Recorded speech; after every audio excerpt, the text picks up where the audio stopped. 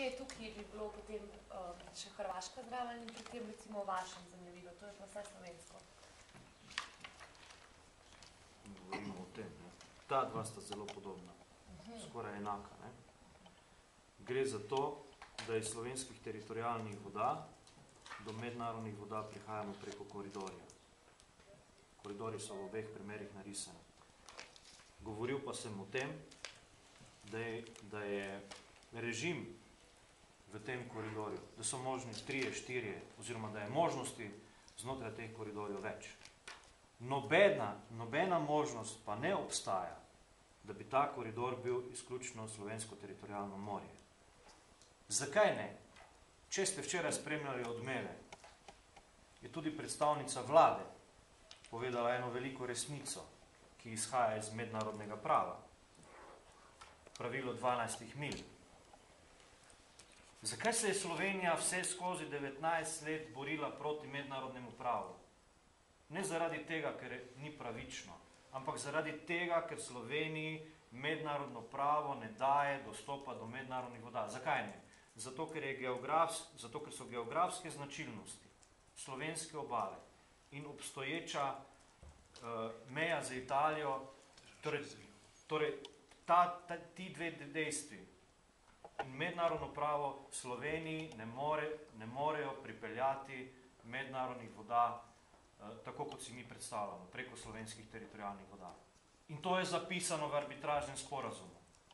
Mejo določamo tako na kopnem in na morju po izključno mednarodnem pravu, ne, ki nam ne daje, zato pa rabimo nekaj še zraven, da bomo preko neke akrobacije, kot jaz temu rečem, prišli do mednarodnih voda. Zato, ker mednarodno pravo ne omogoča zaradi geografskih značilnosti in zaradi obstoječe meje z Italijo, da Slovenija pride do mednarodnih voda. To je point cele stvari. To je ključna zadeva. Ključni problem, ki ga Slovenija ima.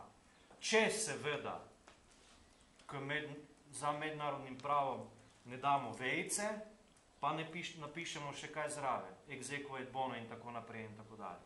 Zakaj pri določitvi meje, poteka meje, nismo dodali pravičnosti, dobrososedskih odnosov in tako naprej, kar je zapisano pri določitvi stika? Zakaj pri meji tega nismo zapisali? Torej, še enkrat.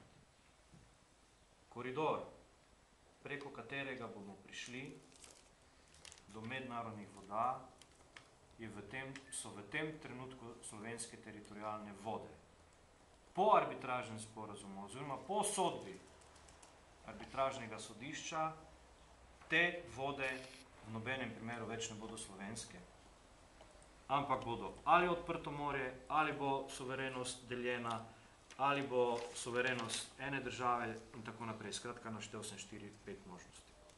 Tu je problem. Da ne odpiramo teme na kopnem, ne? Pa namenoma, ker prihajam iz Prekmurja. Problem Hotize. 800 hektarjev zemljišč, ki so v 90%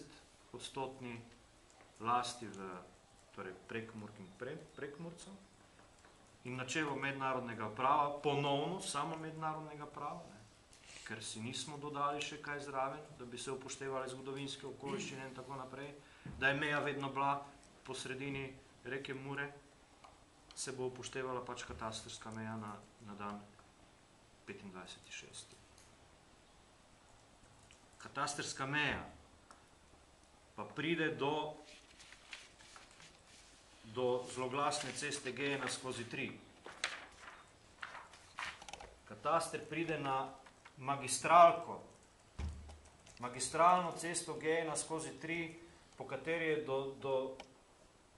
izpred 2 let potekal ves tranzitni promet iz Kopra proti Madžarski. Torej, če na tem ovinku v Hotizi zapeljete z ceste, padete v Hrvaško. Če vas po zimi zanese zaradi snega, boste padli v Hrvaško. Pa ne omenjam Mirišča, zaselka, ki je deloma na hrvaškem katastru. In tu je problem. Mednarodno pravo, ki bo gledalo kataster. Nismo si pa zapisali nobene druge možnosti, ki bi jo pa v teh primerih bilo potrebno upoštevati. Pravilo načelo pravičnosti, zunanje, ki pa upošteva vsa zgodovinska dejstva, kaj se je dogajalo tudi pred 25.6. Jaz mislim, da je to tudi pomembno. Je 25.6. presečni datum. Ja, ni se pa tam začela zgodovina za Božjo voljo. No. Je pa bilo tudi kaj pred tem. In ta dejstva bi bilo pri določanju pravične meje. Pri določanju pravične meje je potrebno upoštevati. Kakšno vprašanje? Sem bil Zelo jasen.